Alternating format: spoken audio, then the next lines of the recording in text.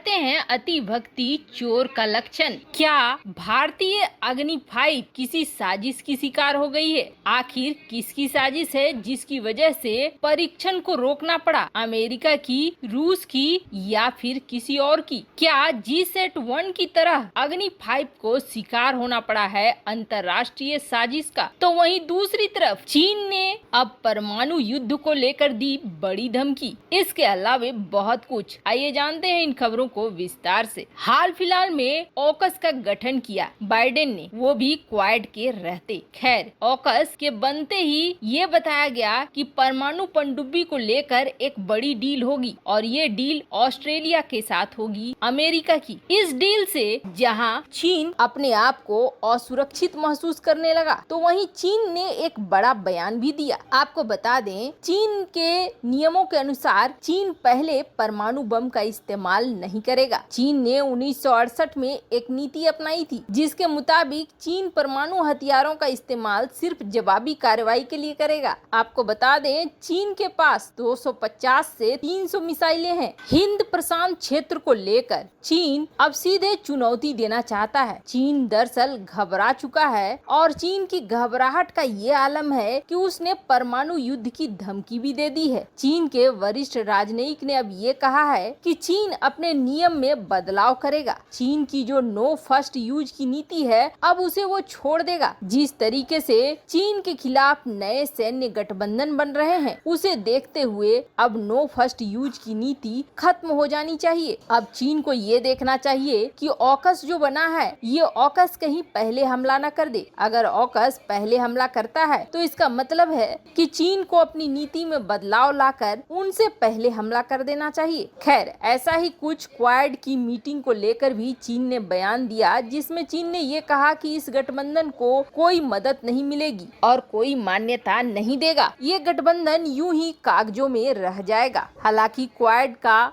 पहली मीटिंग भी हो गई और इस मीटिंग के बाद कई तरह के बयान भी आ गए, लेकिन इन सब के बीच में एक बड़ा प्रश्न खड़ा हुआ है कि आखिर भारतीय मिसाइल पृथ्वी 5 के परीक्षण को क्यों रोका गया? क्या ये किसी अंतर्राष्ट्रीय साजिश का शिकार हो गई है? क्योंकि पृथ्वी 5 के परीक्षण को लेकर पूरी दुनिया को पता था और ये पता था कि 23 सितंबर को होने वाला है अग्नि 5 का परीक्षण। इसके परीक्षण के नाम से ही चीन बौखला गया था। चीन तो यहाँ तक इस प्रस्ताव को लेकर यूएनएससी में भी चला गया था कि भारत इस तरीके से करके यूएन के आदेशों का उल्लंघन कर रहा है। चीन की हरकतों से साफ दिख रहा था कि चीन अग्नि 5 के परीक्षण से बहुत ज्यादा घबराया हुआ है। ऐसा ही कुछ हुआ था G-SAT-1 को लेकर। G-SAT-1 उपग्रह जो जासूसी उपग्रह था, इसे लॉन्च होना था मार्च के महीने में और अचानक से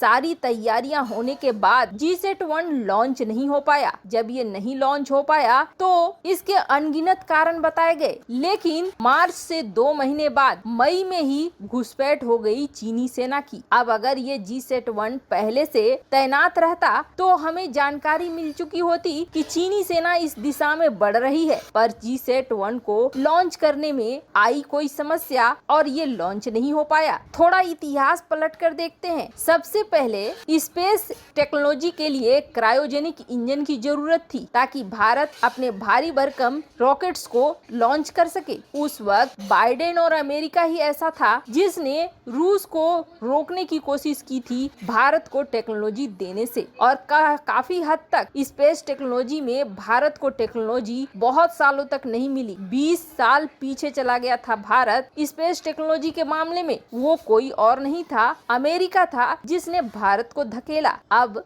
बाइडेन के क्रियाकलापों को जरा ध्यान से देखिए तो आप देखेंगे बाइडेन एक कॉमरेड की तरह व्यवहार कर रहे हैं। ऐसा लगता है जैसे ऐसी चीजें कर रहे हैं जो चीजें चीन के सपोर्ट में हो, चाहे अफगानिस्तान से अपनी सेना को निकालने की बात हो या फिर चीन के प्रति नरमी की बात हो। क्वाड की बात करें तो क्वाड एक मजबूत संगठन दिख रहा था चीन के खिलाफ। क्वाड का गठन ही हुआ था चीन के खिलाफ, तो फिर ऑकस की क्या जरूरत थी? ऑकस आपस में एक कमजोर देश ऑस्ट्रेलिया को घुसा लिया, बाकी जापान और भारत जो इस इंडो पैसिफिक इलाके में महत्वपूर्ण देश है, इनको साथ में नहीं लिया और साफ भी कर दिया अमेरिका ने कि ऑकस में ये दोनों देश नहीं आएंगे। तो इससे साफ दिख रहा है कि क्वाड को कमजोर करने के लिए ऑकस का गठन हुआ। क्वाड में भारत शक्तिशाली नेता के रूप में उभर रहा था। इस चीज को खत्म करने के लिए बाइडेन ने नए सैन्य संगठन की घोषणा कर दी। अब क्वाड कमजोर हुआ तो फायदा किसे मिलेगा? फायदा मिलेगा चीन को।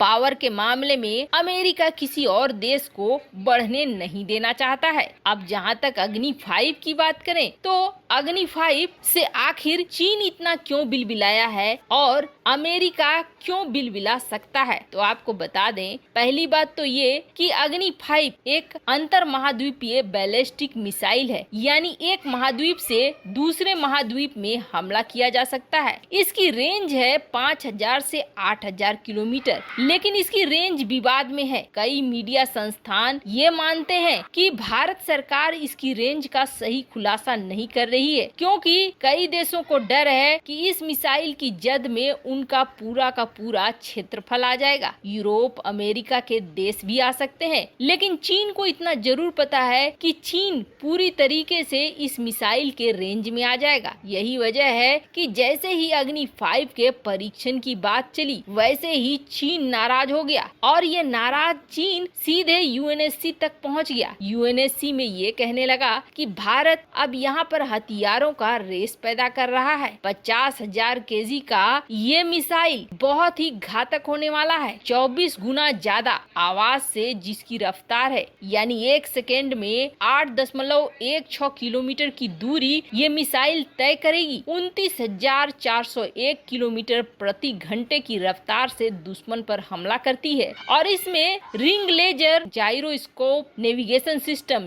जीपीएस और सैटेलाइट गाइडेंस सिस्टम लगा हुआ है। इसको ले जाने ले आने के लिए कंटेनर सिस्टम का इस्तेमाल करता है भारत और ये निशाने पर सटीकता से हमला करता है। अगर ये एक बार लॉन्च हो गया तो फिर तबाही बरपा कर ही आएगा। इसके सटीकता में अंतर भी आता है तो मात्र 10 से 80 मीटर का, इससे ज्यादा नहीं। इसके लिए मोबाइल लॉन्चर का उपयोग किया जाता है। इसे ट्रक पर लोड करके सड़क से किसी भी जगह पे पहुंचाया जा सकता है। और सबसे बड़ी बात यह है कि इस मिसाइल में MIRV टेक्नोलॉजी लगी हुई है, यानी मिसाइल के ऊपर वारहेड में एक हथियार के बजाय कई हथियार लगाए जा सकते हैं, यानी एक मिसाइल एक साथ कई टारगेट पर निशाना लगा सकता है। और ऐसा माना जा रहा है कि अग्नि 5 स्ट्रेटेजिक फोर्सेस कमांड में शामिल होगी, जिसमें पृथ्वी, अग्नि और सूर्य जैसी मिसाइलें हैं जिनकी रेंज 12 से 16,000 किलोमीटर के आसपास है। अग्नि 6 बनाई जाएगी जो 8,000 से 12,000 किलोमीटर रेंज की होगी। अब कहा जा रहा है कि कथित तौर पर ये अमेरिकी दबाव की वजह से भी हो सकता है कि भारत ने अग्नि 5 के परीक्षण को फिलहाल के लिए टाल दिया है। लेकिन ये फिलहाल के लिए ही टाला है। नई सरकार इतनी सक्षम है कि वो इसका परीक्षण आगे जरूर करेगी। कहा जा रहा है कि 20 दिन बाद